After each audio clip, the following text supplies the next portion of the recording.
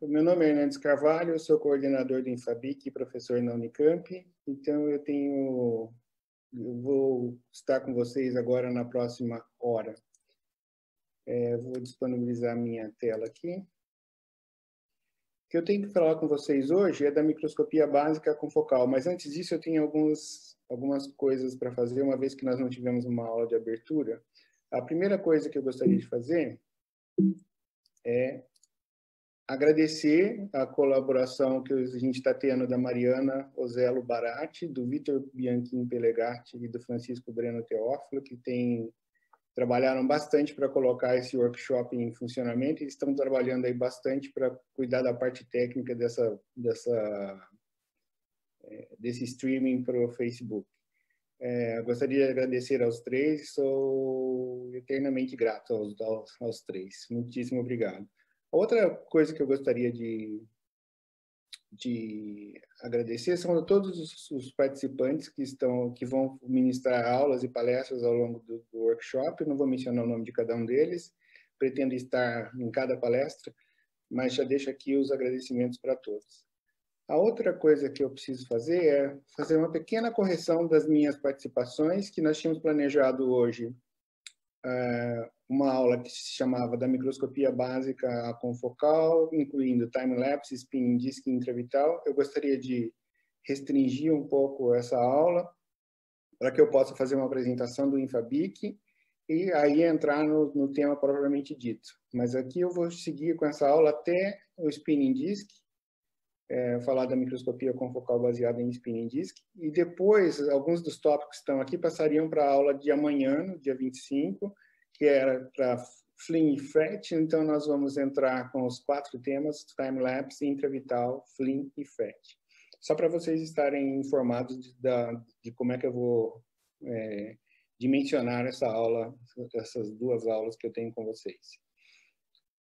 Então, o Infabic é um dos 101 ou 103 Institutos Nacionais de Ciência e Tecnologia. Ele recebeu esse nome como uma abreviatura de Instituto Nacional de Ciência e Tecnologia em Fotônica Aplicada à Biologia Celular.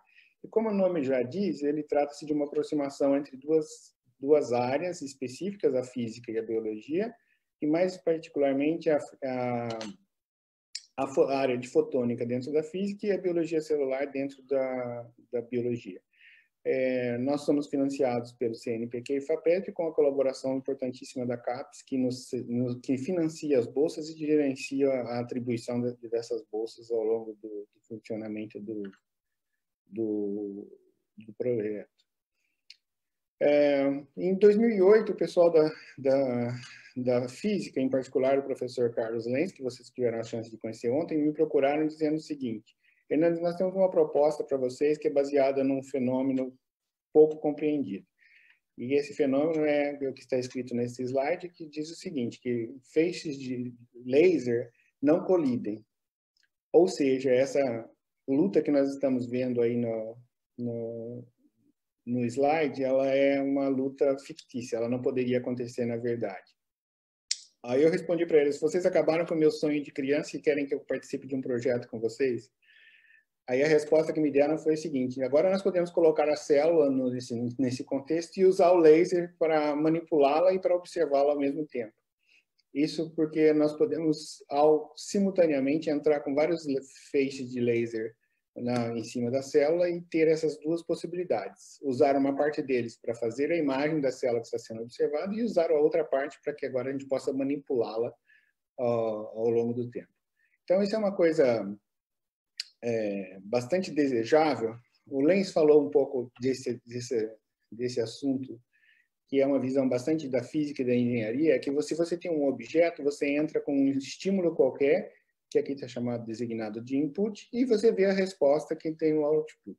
Ele mencionou isso ontem no sentido de dizer o seguinte, que o uso da luz é super interessante para fazer essas medidas, porque a luz é não destrutiva, mas no caso da fluorescência, como ele mencionou, ela é super interessante porque nós temos um comprimento de onda entrando aqui e nós temos um outro comprimento de onda saindo desse material. Isso torna-se bastante produtivo no sentido de fazer questões, indagar um objeto especificamente, ou, no caso, indagar a célula do que é que ela está fazendo naquele momento e qual é a resposta que ela apresenta a determinados estímulos que nós queremos testar. Então, nós tínhamos uma proposta que foi feita em 2008 e o projeto foi aprovado na primeira vez. E nessa proposta ela era centrada em fotônica, porque os microscópios que nós usávamos tinham iluminação a laser, e na microscopia confocal. E da microscopia confocal nós teríamos derivações que sairiam para o estudo de segunda harmônica e terceira harmônica. Vocês vão ter uma aula sobre segunda harmônica com o professor Javier, nosso colega argentino, em algum dia dessa semana. Vocês vão ter uma aula de frete comigo amanhã. Vocês vão ter uma aula de microscopia vibracional com o professor Lenz ao longo da semana também, mas ainda teríamos Tip Enhancement, que utilizaria uma combinação da microscopia confocal com a microscopia de força atômica, a possibilidade de realizar FLAP, a possibilidade de realizar microscopia baseada no tempo de vida da fluorescência, que nós vamos ver amanhã, e ainda por cima tinha a questão da adição de pinças ópticas. E nós fizemos isso, montamos esse laboratório. Aqui está o professor Lenz, um tanto mais jovem, alguns anos atrás, mostrando que nós tínhamos montado um laboratório que era único no mundo em termos de reunir todas essas técnicas centradas no mesmo laboratório. O que nós temos hoje é isso aqui. Nós temos a super resolução que está numa outra sala, mas eu já vou mencionar. Então, vocês vejam que é um laboratório de física.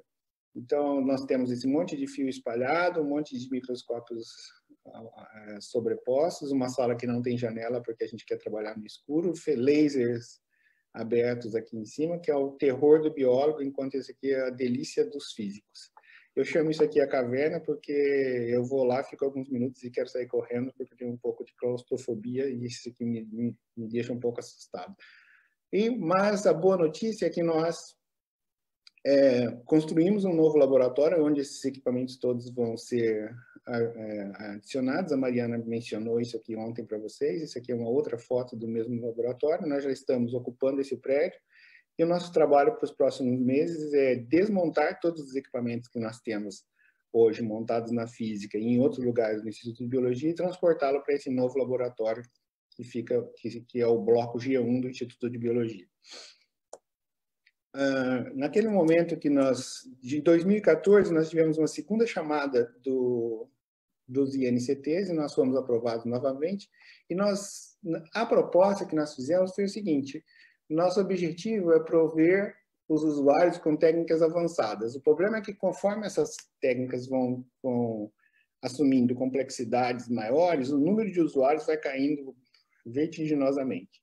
Então, nós temos muitas pessoas interessadas na fluorescência simples, no confocal 2D, no confocal 3D, na fluorescência excitada por 2 fótons. Em segunda harmônica, por exemplo, nós criamos uma escola no Brasil em termos de estudo de segunda harmônica, porque todo mundo descobriu que isso era realmente fácil de utilizar e tinha uma utilidade bastante grande.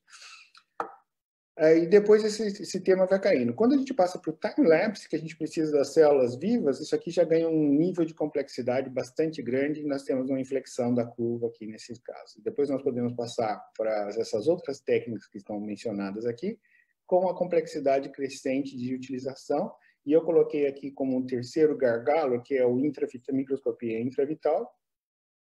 Nós sabemos que alguns laboratórios trabalham com equipamentos dedicados a esse tipo de coisa e fazem isso com uma certa facilidade, mas no nosso sistema que é modulável, ele se torna relativamente complicado. Embora nós tenhamos alguns pesquisadores que estiveram associados conosco, que são capazes de executar essa tarefa com bastante facilidade, seja ele para observar pâncreas, glândula mamária, fígado, próstata e assim por diante. E veja que algumas dessas técnicas, o número de usuários chega bem próximo de 0 aqui, então somos nós que queremos implementar essas técnicas enquanto estamos ainda procurando usuários que possam fazer uso.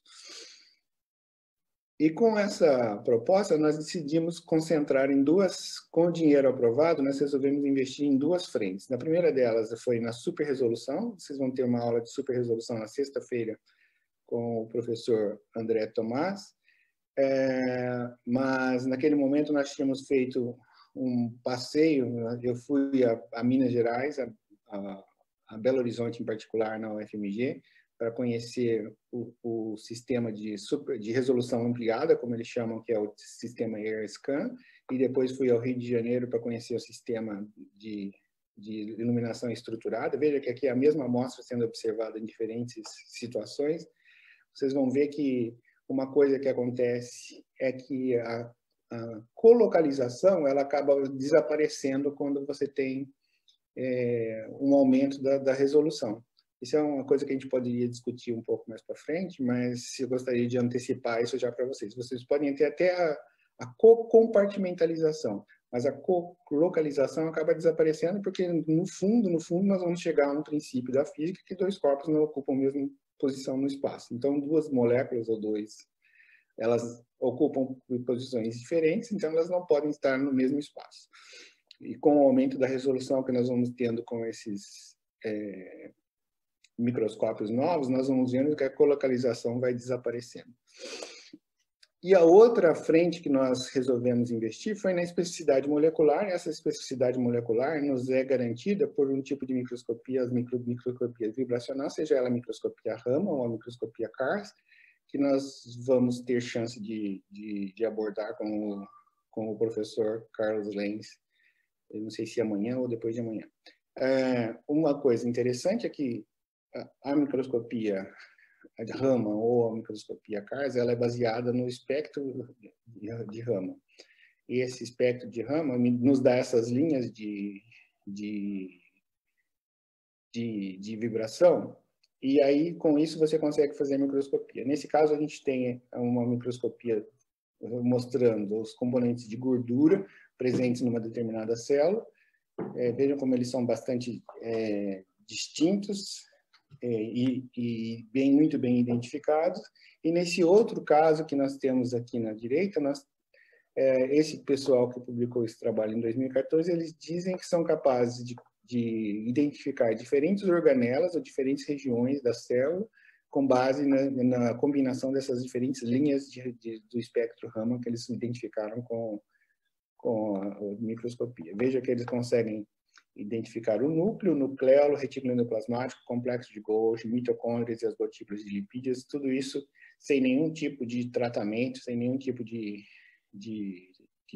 adição de nenhum corante ou de proteína fluorescente, qualquer que seja. Esse é o nosso sonho de consumo, é atrás disso que nós estamos com os nossos projetos. Uma coisa que estava implicada no nosso INCT é que nós tínhamos que fazer desenvolvimento, ou mais especificamente, a inovação. E eu, como biólogo, sempre achei que a inovação viria dos nossos colegas engenheiros e da física, e ela vem. Mas ela ainda está bastante tímida no nosso INCT, talvez seja uma das pontas frágeis do nosso trabalho. Mas, por outro lado, quando nós começamos a pensar disso, nós começamos a tentar inovar em alguns tipos de utilizações que nós fazemos do próprio processamento das células. Então, nós temos uma ação de um dispositivo que se chama Instant Freeze-Thaw Capillary Dispenser. O que isso quer dizer? Se vocês tiverem as suas células que precisam ser congeladas, geralmente o que nós fazemos é colocá-las em batoques, então nós colocamos milhões de células no batoque, na presença de um criopreservador, que é geralmente o DMSO, que por si só já é bastante tóxico para as células, então dessas milhões de células que nós colocamos no batoque, algumas serão mortas pelo próprio criopreservante, enquanto as outras serão mortas no processo de congelamento e descongelamento. Porém, se a gente conseguir passar essas células através de um capilar, nós poderíamos agora fazer o seguinte, colocar esse capilar diretamente no nitrogênio líquido, de forma que a distância entre a frente congelante, que está no nitrogênio líquido, e as células individuais, é a espessura do capilar. E com isso nós tivemos o que a gente chama de congelamento instantâneo da célula, procurando evitar a necessidade de congelamento. E a gente imaginou ainda que uma vez que a gente tem essas células congeladas ao longo de um capilar, para dispensar, nós não precisamos congelar um batoque, nós não sabemos mais ou menos o número de células que tem por comprimento do capilar, e a gente dispensaria agora um determinado número de células, cortando o capilar e dispensando as células que estão presentes nesse capilar, nesse fragmento do capilar, ao invés de descongelar um batoque inteiro com milhões de células ao mesmo tempo. E aí eu ofereço para vocês o número de células específico que vocês precisam com o aumento da sobrevivência das células. Então, esse é um negócio que a gente está trabalhando para patentear agora nos próximos meses, talvez. A outra coisa que nós estamos pensando é o seguinte: uma vez que nós temos cada uma dessas frentes que nós montamos no laboratório, elas são baseadas em equipamentos específicos. Então, por exemplo, nós compramos um laser para CARS, um laser sintonizado, ou na verdade um par de lasers, quando na verdade o que a gente precisa são de alguns comprimentos de ondas bastante específicos que a gente poderia usar, que eu chamo de linhas. Então a gente poderia pegar algumas linhas dessas aqui para identificar gordura, por exemplo, e não precisaríamos montar todo o sistema. E aí a gente construiria um equipamento que teria linhas de diferentes dessas técnicas. Por exemplo, FLIM, nós temos um detector de 16 canais para FLIM, nós não precisamos desse detector enorme dessa forma, nós poderíamos ter um detector único que pudesse nos dar o tempo de vida da fluorescência de uma molécula específica que nos interessa dentro da célula, criando equipamentos que são dedicados, mas que têm diferentes funcionalidades. Então, isso aqui ainda é a parte de imagem que nós temos da célula que está sendo observada.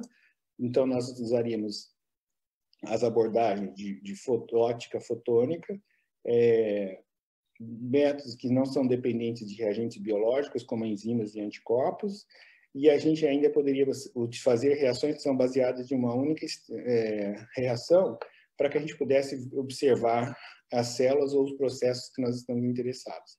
E, de um lado, nós poderíamos ampliar agora, usar a microfabricação e a microfluídica, que nós temos colaboração com o pessoal da engenharia, para poder trabalhar com várias linhagens específicas. O nosso sonho de consumo é trabalhar com as 60 linhagens do NCI, utilizando esses equipamentos de microfluídica e de microfabricação e de automação, para que agora podemos tirar diferentes parâmetros das células e, obviamente, precisamos de um sistema de processamento e de estocagem de dados de grande porte que completaria esse sistema. Então, essa aqui é outra frente de inovação que nós estamos tentando levar à frente. Entrando um pouquinho mais no funcionamento do INCT agora, nós temos uma preocupação bastante grande, que é a correta utilização dos equipamentos. É muito comum que uma pessoa chegue para a gente e diga: olha, eu gostaria de usar tal técnica, mas aí nós perguntamos para observar o quê? Ou qual é a sua pergunta biológica que você tem? E aí nós temos que colocar para essa pessoa alternativas de equipamentos que às vezes são mais específicos ou mais com que o usuário chegaria mais rapidamente à sua questão.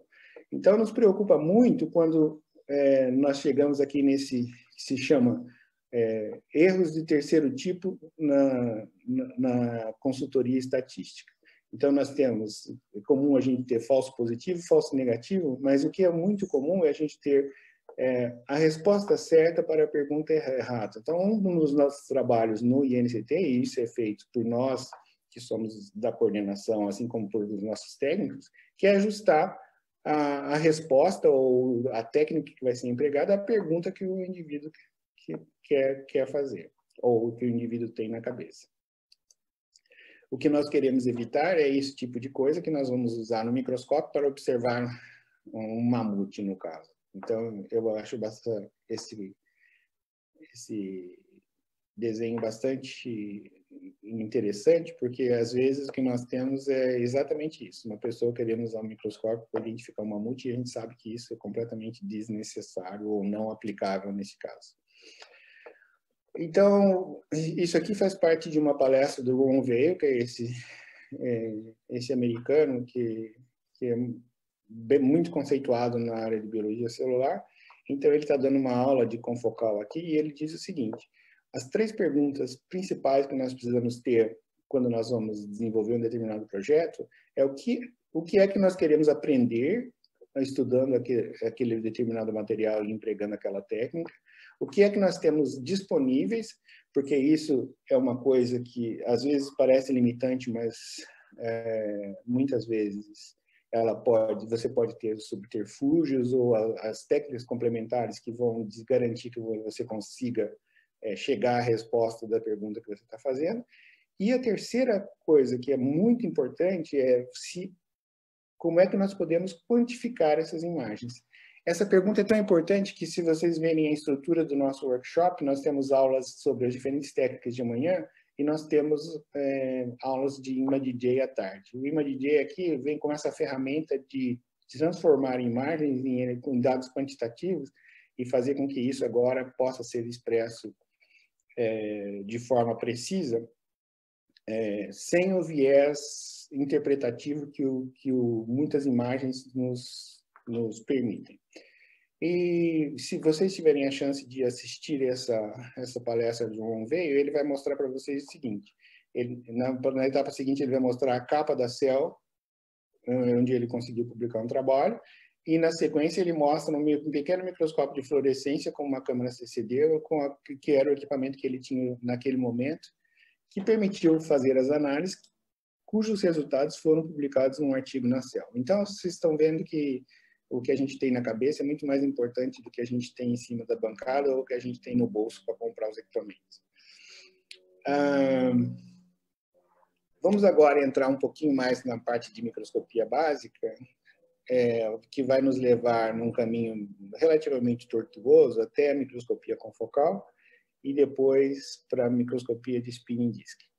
Então, nós temos aqui um microscópio de uma lente única, que foi inventado pelo Leeuwenhoek. Eu acho que vocês já ouvimos falar do Leeuwenhoek na palestra do Lenz ontem. Então, esse é um pequeno microscópio que ele construiu, de forma que a lente fica fixada nesse pequeno buraquinho de orifício, a amostra é colocada na ponta desse suporte, e aí você teria ajustes ortogonais dados por esses parafusos que estão aqui. E, a despeito de ter essa simplicidade, o Leeuwenhoek foi capaz de descrever uma infinidade de seres ou de células.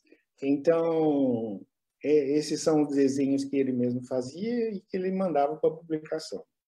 E naquele momento em que ele trabalhava, os dados de publicação eram controlados por uma pessoa bastante importante chamada Robert Hooke, porque os trabalhos que eram para ser publicados, eles eram mandados para os Proceedings of the Royal Academy, e quem era o secretário de experimentação da Royal Academy era o Robert Hooke, que nós conhecemos.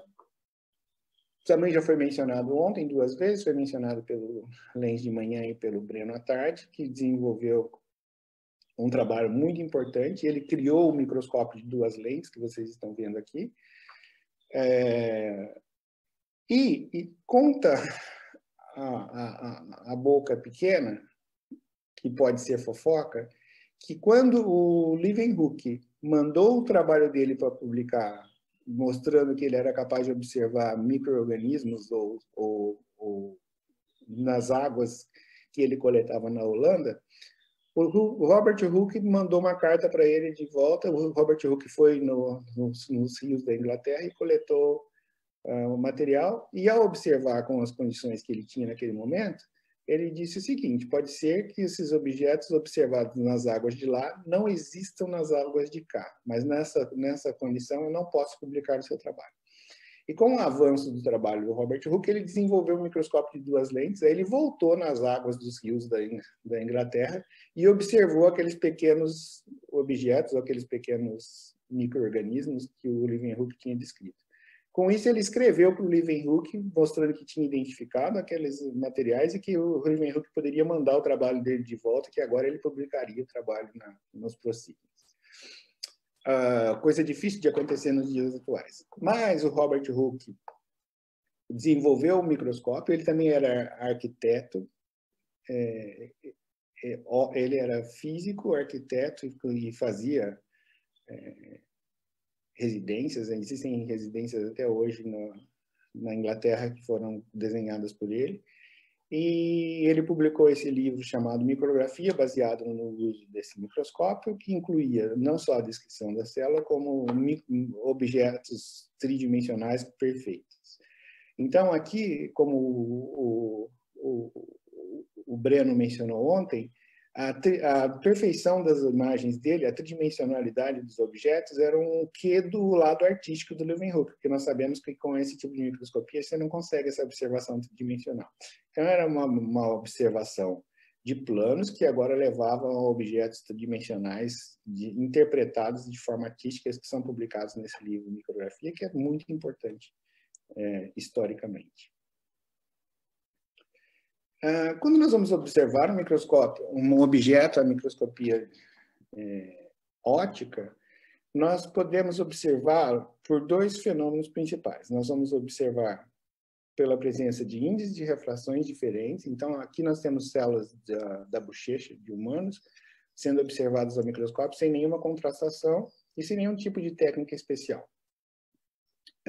Uma das coisas que nos permite ver esses diferentes pontos, aí vocês veem no núcleo, ver diferentes pontos ao longo da célula e o próprio limite, é que nós temos diferenças de índice de refração. Essas diferenças de índice de refração criam caminhos pelos quais a luz precisa passar, e quando elas saem do objeto, após terem percorrido uma estrutura com índice de refração diferente, elas saem com uma pequena diferença de fase que a gente consegue ver quando esses índices de refração são bastante diferentes. E, além disso, a gente tem um efeito de borda aqui também, porque a luz que passa pela borda é espalhada com mais intensidade, a gente vê um pequeno brilho ao redor do material. E aí foram desenvolvidas diferentes técnicas para a gente poder ampliar essa diferença de índice de refração, como o contraste de fase, o contraste interferencial, que nós não vamos ver nessa aula por limitação de tempo.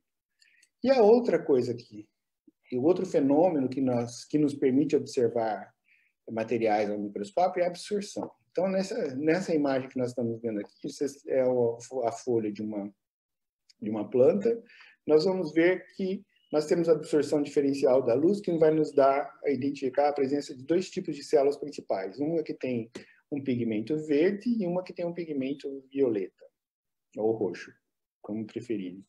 Então, essa absorção diferencial da luz, absorção da luz ou absorção diferencial da luz, nos permite ver o espectro de luz complementar. Nesse caso aqui, provavelmente não, nós estamos tendo absorção, o pigmento é a clorofila, nós estamos tendo absorção de vermelho e de azul, deixando passar o verde que nós identificamos aqui nos cloroplastos. No caso do roxo, é a mesma coisa que a gente está vendo. E alguns querem classificar a própria fluorescência como um elemento de absorção, uma vez que a luz de excitação era absorvida pelo material irrespectivo ou sem relação com a emissão de luz que vai ser observada na sequência. Uma outra coisa que permite que a gente consiga ter melhores objetos é certamente reduzindo a espessura dos objetos, uma vez que a gente tem, quando a gente usa lentes, a gente vai ter a formação desses cones, e esses cones têm um ponto focal que acontece aqui, no cruzamento dos feixes de luz, e quanto mais próximos desse feixe de luz nós estivermos, mais detalhes da estrutura nós vamos ver, porque nós estamos eliminando a sobreposição do que acontece aqui. Gostaria que vocês examinassem isso aqui, são imagens de material que nós publicamos em dois períodos diferentes, 2007 e 2014. Veja a qualidade do material, aqui cortado em parafina, aqui cortado em historesina. Veja que vocês, com o mesmo tipo de coloração, no caso hematoxilina e eosina, veja a resolução, ou a quantidade de detalhes que nós conseguimos observar neste caso e a quantidade de detalhes que nós conseguimos observar neste caso. Então, como a gente consegue cortar mais fino com a historesina, a gente consegue ter mais detalhes neste caso. Isso aqui não é um aumento da resolução no princípio físico, mas é um aumento da capacidade de observação que nós temos, uma vez que nós diminuímos a espessura do corte. Agora, essa diminuição da espessura de corte não pode ser infinito, porque os objetos são transparentes em si e a coloração precisa de um determinado caminho óptico para que elas possam se manifestar. Se esse caminho óptico se torna muito fino, os objetos voltam a se tornar transparentes, mesmo na presença do corante. E aí nós temos um elemento fundamental na resolução, na observação dos nossos materiais, que é o poder de resolução das nossas lentes. Então, quando nós falamos de um elemento de resolução, a resolução é a capacidade que nós temos de separar objetos sendo observados, que ele é um pouquinho diferente do aumento. Você pode aumentar o material indefinidamente, mas sem se poder melhorar a resolução ou a possibilidade que nós temos de separar dois objetos. Vocês já ouviram a Aline falando um pouco da aplicação da superresolução no estudo do material biológico. Como eu já disse para vocês, vocês vão ter uma aula de superresolução na sexta-feira com o professor André. Agora, quem estudou bastante essa questão da resolução foi o Ernst Schaub, que nos deu essa fórmula aqui bastante interessante, que ela diz o seguinte: a resolução ela é dependente do comprimento de onda, que é lambda, que está colocado aqui em cima, e o seno do ângulo alfa.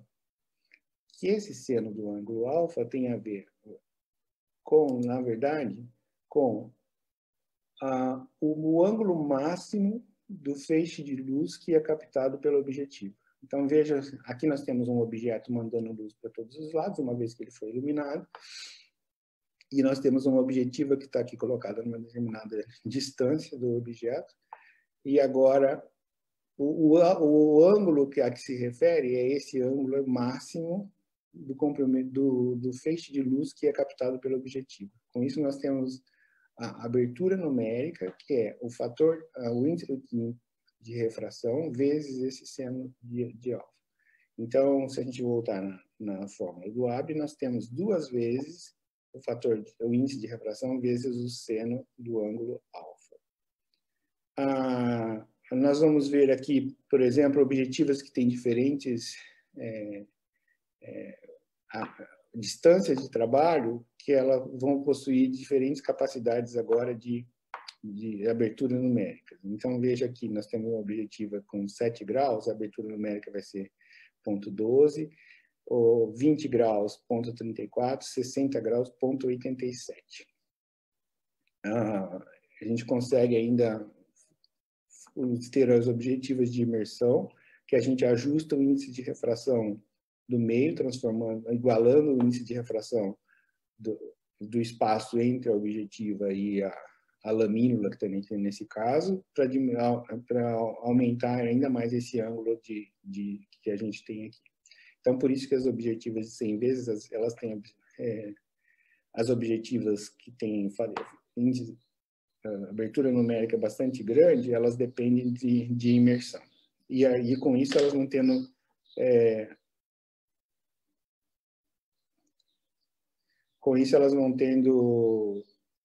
distância de trabalho cada vez menores. Muito bem. Quando a gente vai falar agora das moléculas que estão sendo observadas, então nós podemos ter, por exemplo, na medida que a molécula vai ficando mais complexa, veja bem, benzeno e a prednisolona, que é essa molécula que está aqui.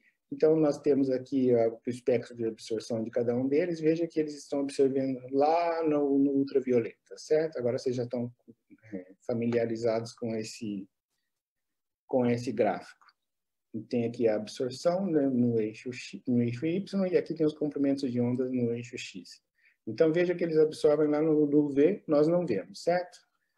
Na medida em que essas moléculas vão se tornando mais complexas, ou elas vão incluindo mais o que a gente chama de duplas conjugadas, ou que são essas sequências de duplas e simples, acontece que esse espectro vai sendo trazido para a região do visível e vai interagindo com comprimentos de onda que são mais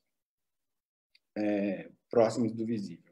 Então, nós temos aqui uma molécula bastante complexa, com bastante dessas duplas conjugadas, e aí ela tem o espectro de absorção que é trazido aqui para a região do vermelho amarelado, certo? Vermelho, amarelo, laranja. Aqui tem uma outra molécula que tem um outro espectro de absorção que está aqui nessa curva azul.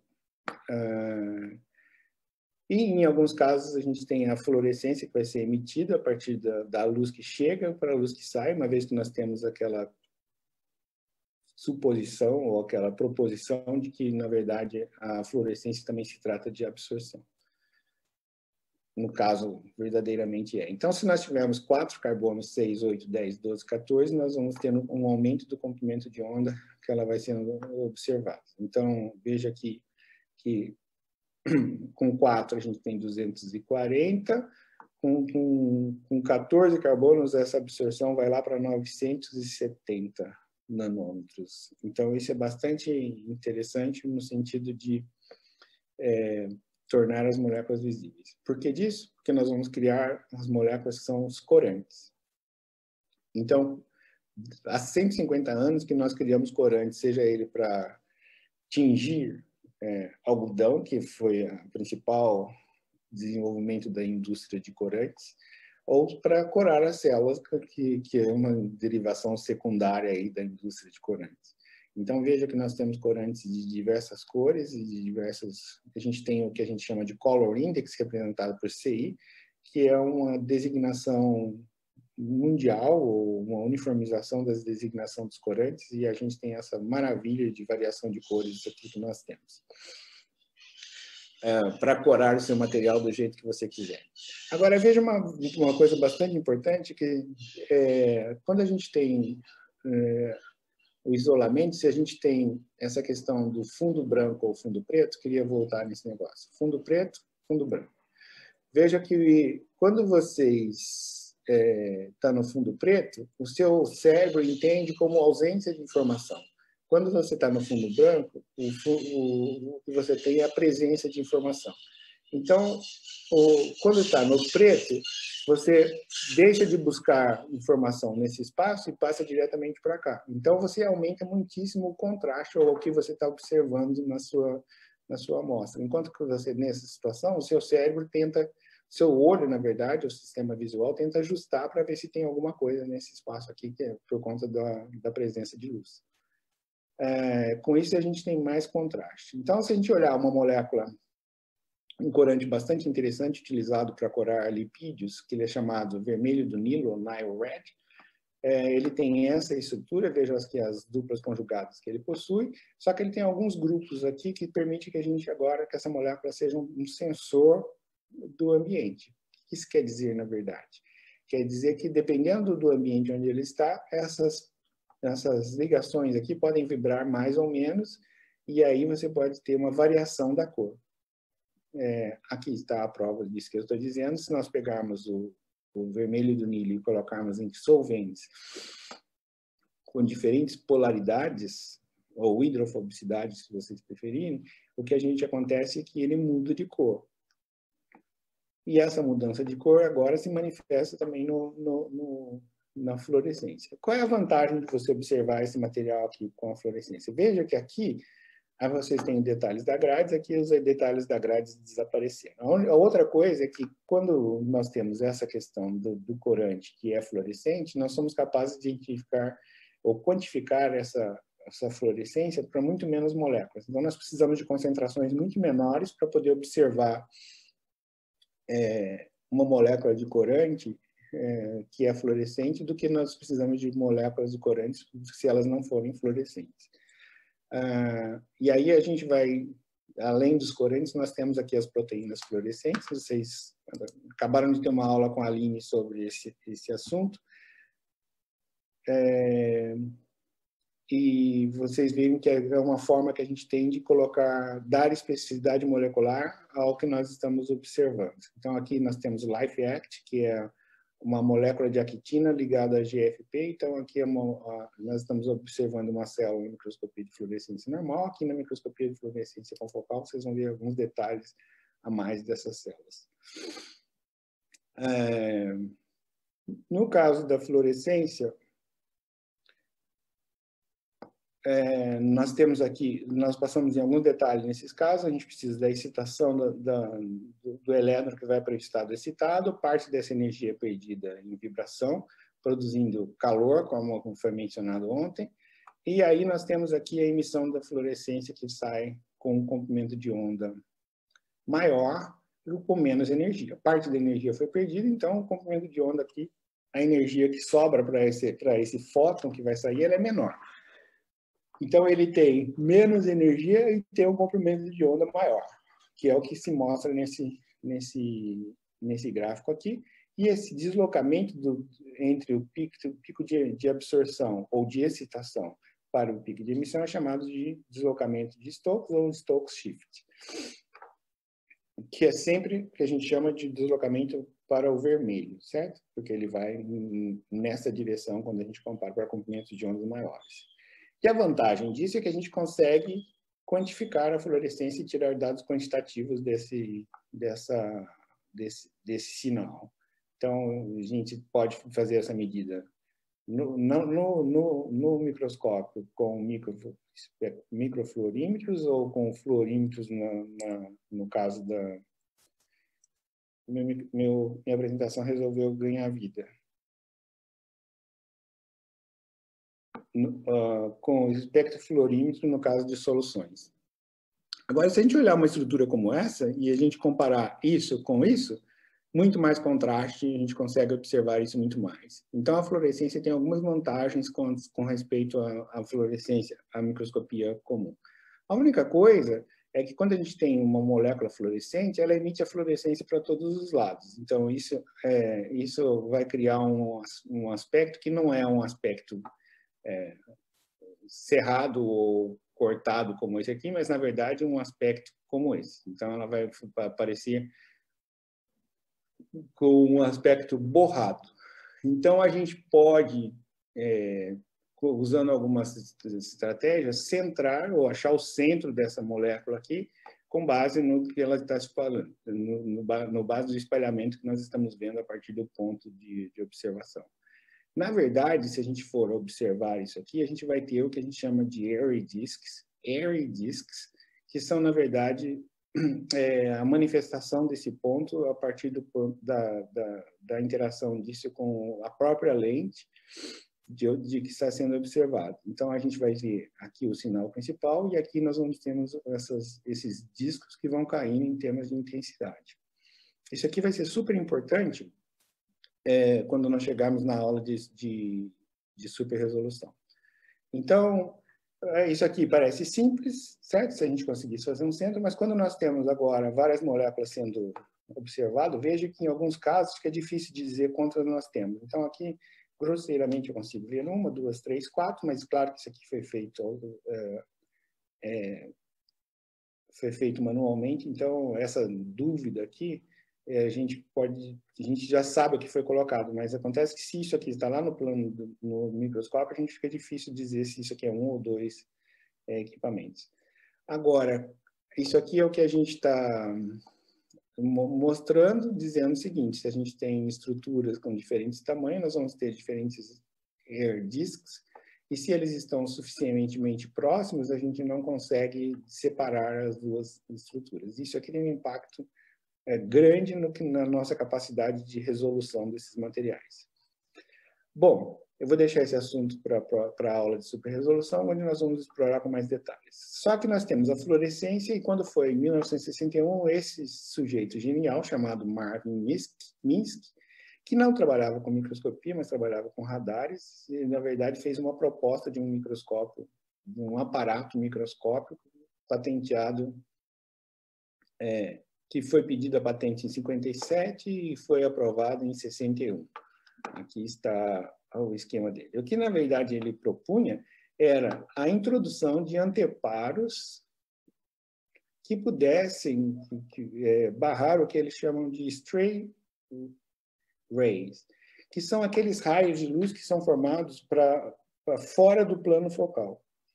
E esses planos de luz agora, se eles estão fora do plano focal, eles, numa situação normal, eles vão ser coletados pela objetiva. Numa situação que a gente coleta um anteparo com um pequeno furo que está aqui no meio, o que acontece é que o material que está acima do ponto focal, ele vai ser coletado, vai ser barrado aqui, e abaixo do plano focal ele vai cruzar aqui em um determinado momento e vai bater no anteparo novamente. De forma que a gente tem a passagem por essa abertura única e exclusivamente dos raios de luz que estão presentes no plano focal do seu objeto. Essa é a patente do microscópio confocal, ou a base do funcionamento do microscópio confocal. Com isso aqui, a gente consegue ter a observação de materiais que estão num único plano. Veja que se a gente abrir ou fechar essa abertura, a gente vai coletar mais ou menos o nosso corte óptico virtual, ele vai ser ampliado. Fechou, ele fica mais fino, abriu, ele fica mais espesso, certo? Então, a gente tem como controlar isso. Essa abertura, em alguns microscópios, vai receber o nome de pinhole, em outros microscópios vai receber o nome de íris. E aí nós podemos ter uma observação de um plano, como nesse caso aqui, várias cores, a gente tem um único plano focal sendo analisado, veja que as células são cortadas em algum momento da sua continuidade, mas a gente consegue observar agora esse material relativamente sem a iluminação que está fora do plano focal. Então, nesse caso, a gente teve vários planos focais que foram coletados, e a gente... More than one type of dye can be used on a specimen. A gente consegue agora sobrepor esses diferentes planos focais usando várias cores, e assim nós vamos ver alguns detalhes a mais, né? Ou, na verdade, a gente consegue coletar todo o material observado no foco. Então, às vezes eu ouço os alunos dizerem que o material está fora de foco do microscópio confocal. Então, o que é um absurdo, porque qualquer imagem que você está sendo observada, ela está em foco. A única coisa é que você pode estar fora da região de seu interesse principal. Aqui, nesse caso, a gente tem um exemplo mostrando os diferentes planos focais de uma microscopia normal, que está à sua direita, e a microscopia confocal, que está à sua esquerda. Veja que a gente está correndo para diferentes planos focais e observando a célula de cima e embaixo. O que acontece é que a gente pode coletar cada um desses planos e fazer uma reconstrução por diversas técnicas que eu acredito que vocês vão ver no curso, que os próprios microscópios trazem, mas que a gente pode usar para fazer o ImageJ também, para fazer essas reconstruções. E agora, para terminar a aula, eu gostaria de passar um filminho para vocês sobre o spinning disk, mostrando para vocês alguns detalhes dessa técnica. A recent requirement in life science is the observation of biological processes in the context of in vivo systems.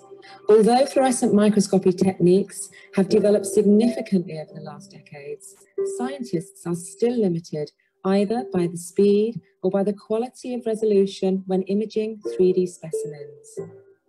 The spinning disk confocal system brings new possibilities, making imaging more effective compared with the widely used laser scanning confocal system.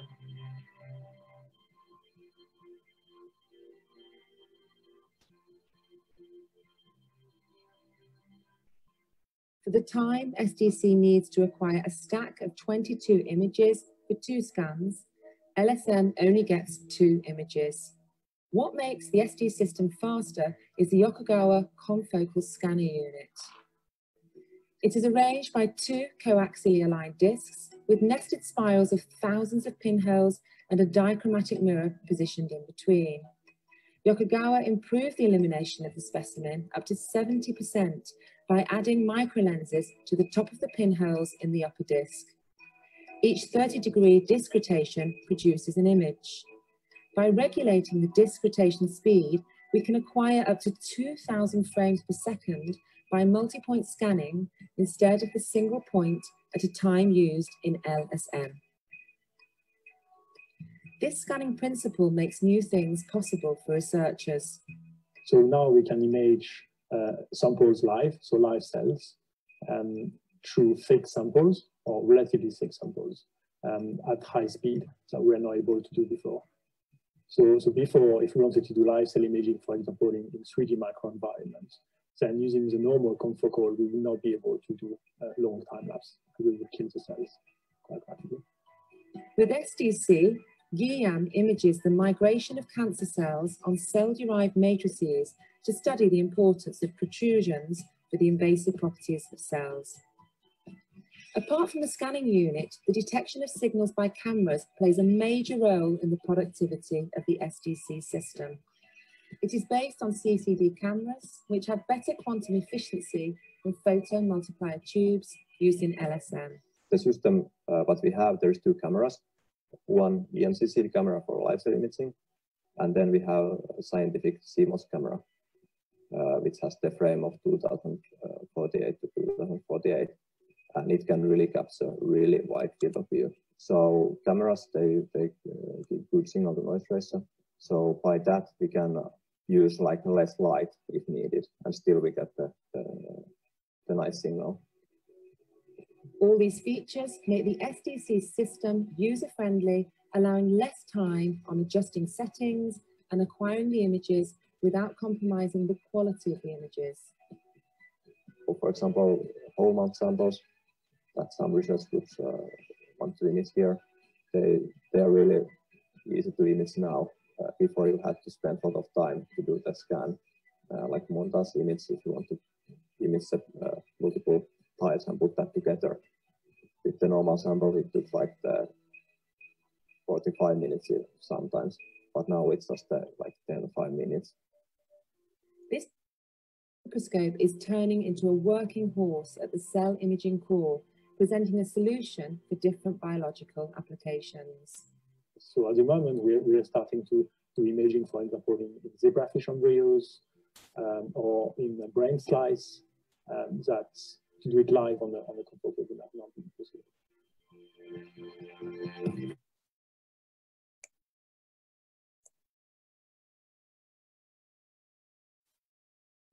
Bom, o que é relevante, né, nessa questão do spinning disk é que, primeiro, a gente não está trabalhando mais com varredura, como é o caso do confocal, que tem um ponto de laser que vai passando sobre o seu material, mas, na verdade, a gente tem o que a gente chama desses discos de Nipikov, que eles giram e tem várias perfurações.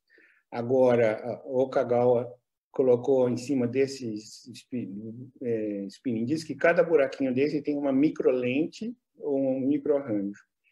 E agora isso gira rapidamente. Cada 30 graus que isso aqui gira, ele permite uma imagem do material. Agora, para a gente poder pegar toda essa velocidade, o que nós precisamos do outro lado são umas câmeras super potentes, como no caso aqui da Anda,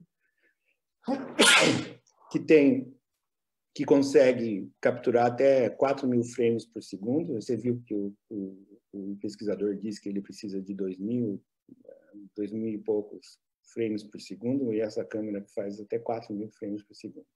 E aí o que a gente consegue fazer agora é colocar um sistema microambiental, que é essa caixa que nós temos aqui, que vai controlar a temperatura, a umidade ao redor do seu microscópio, para que as suas células possam ser mantidas.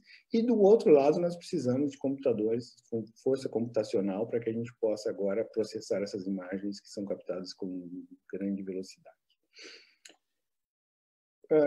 Com isso, eu gostaria de terminar essa aula por aqui, me colocar à disposição para tirar as perguntas, deixando aqui um pensamento com vocês, que é para compartilhar o seu conhecimento, aquilo que você sabe fazer e que são boas práticas com os outros. Muito obrigado.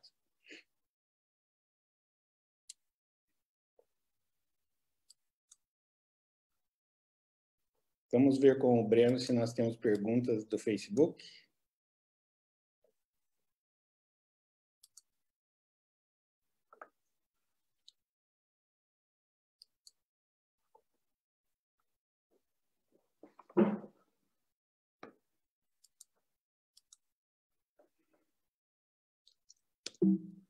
Breno, você está por aí?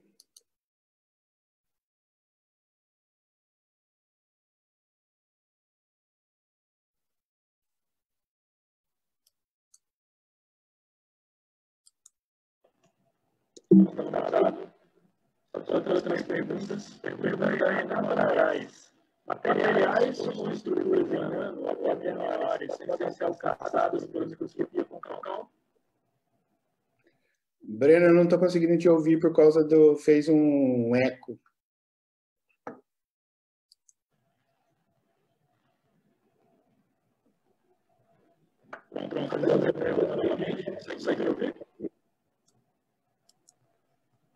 Repita, por favor. Renata Moraes. Materiais ou estruturas em nano ou menores podem ser alcançadas pela microscopia concal.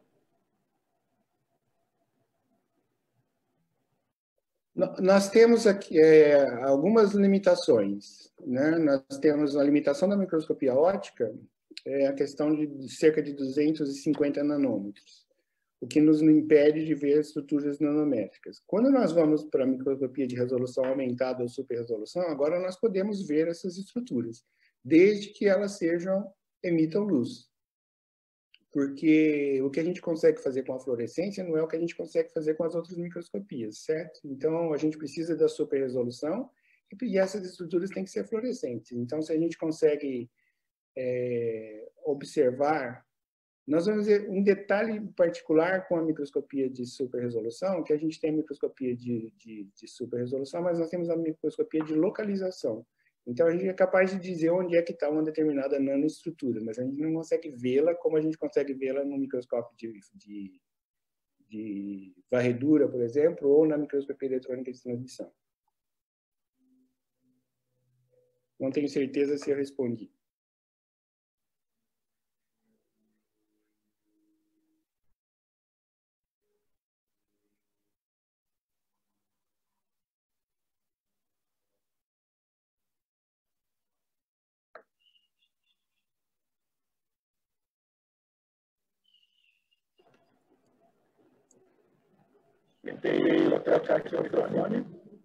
Você está com o som do Facebook ligado? Veja aí, porque está dando uma microfonia que eu não estou ouvindo direito. Pode falar.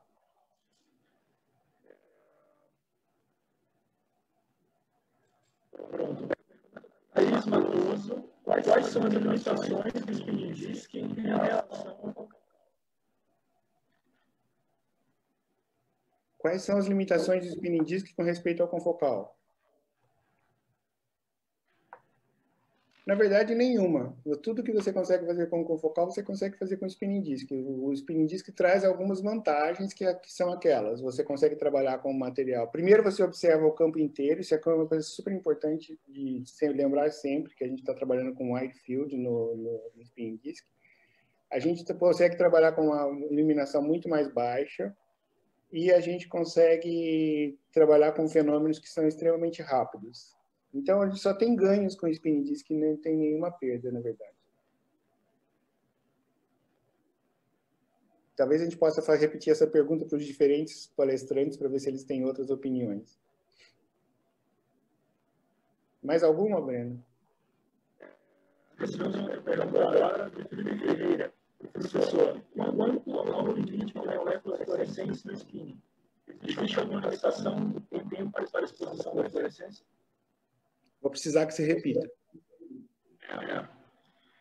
Professor, quanto ao limite de moléculas fluorescentes no spinning disk? Existe alguma limitação em tempo para a exposição da fluorescência?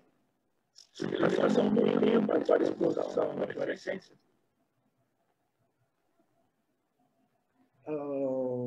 Eu não sei se eu entendi. Podia digitar, professor. O que é? Podia digitar.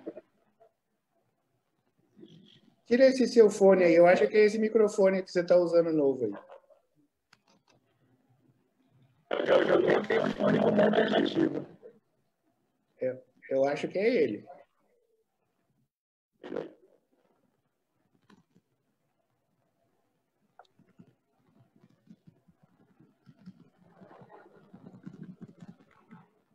Não.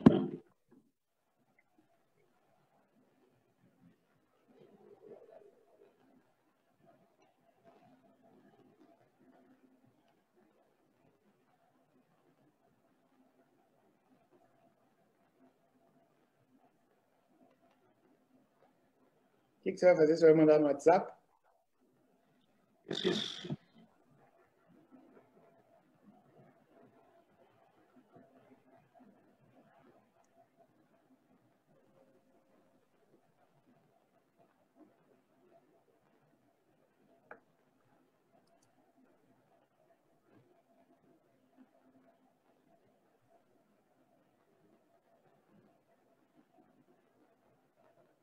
Tenta falar agora, eu acho que melhorou.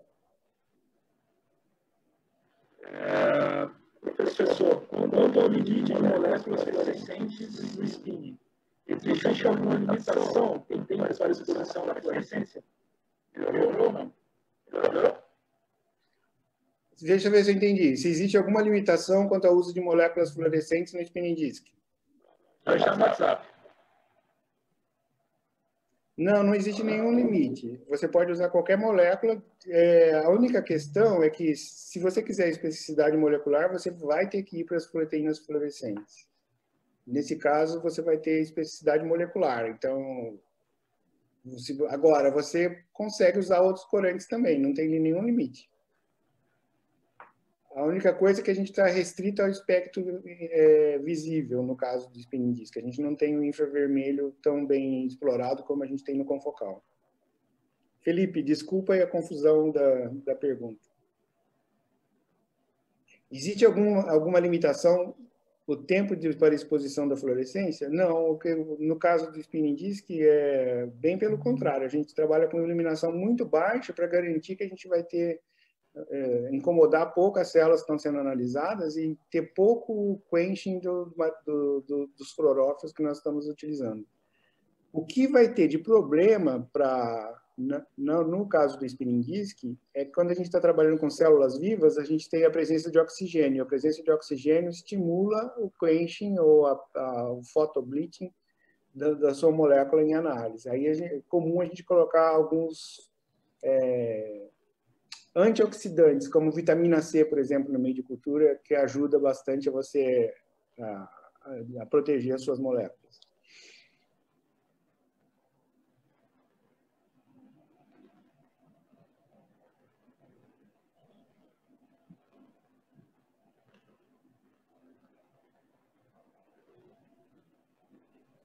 O Alexandre Lopes de Andrade perguntou, no Infabic tem spinning disc, é possível acompanhar o crescimento de E. coli transfractado com GFP?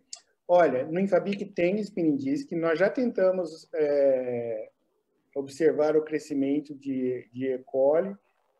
A gente trabalha bastante com Xylella fastidiosa e a gente consegue ver o crescimento da célula assim.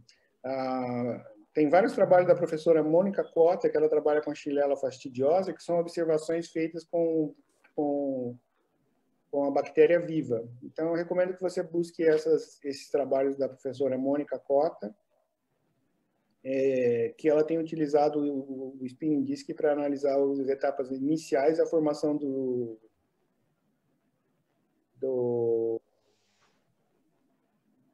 como é que chama aquele material produzido pelas bactérias?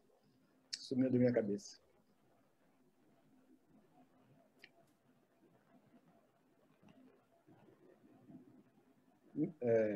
Biofilme. Mais alguma, Breno?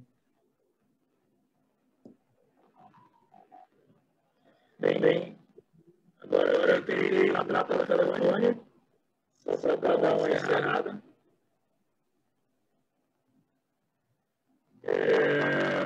Acho que estamos acabando. Agradecemos por essa reunião. É isso que está acontecendo. Você está com 2 microfones ligados, o do celular e do...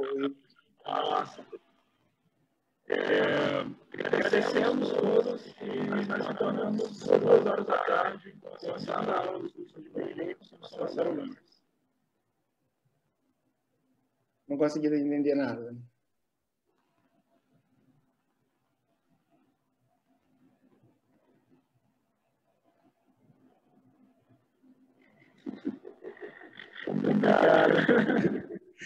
Vamos encerrar. Peça aí, olha, pessoal, vocês têm meu e-mail. Qualquer dúvida vocês podem passar. A gente tenta responder ao longo do workshop, tá bem?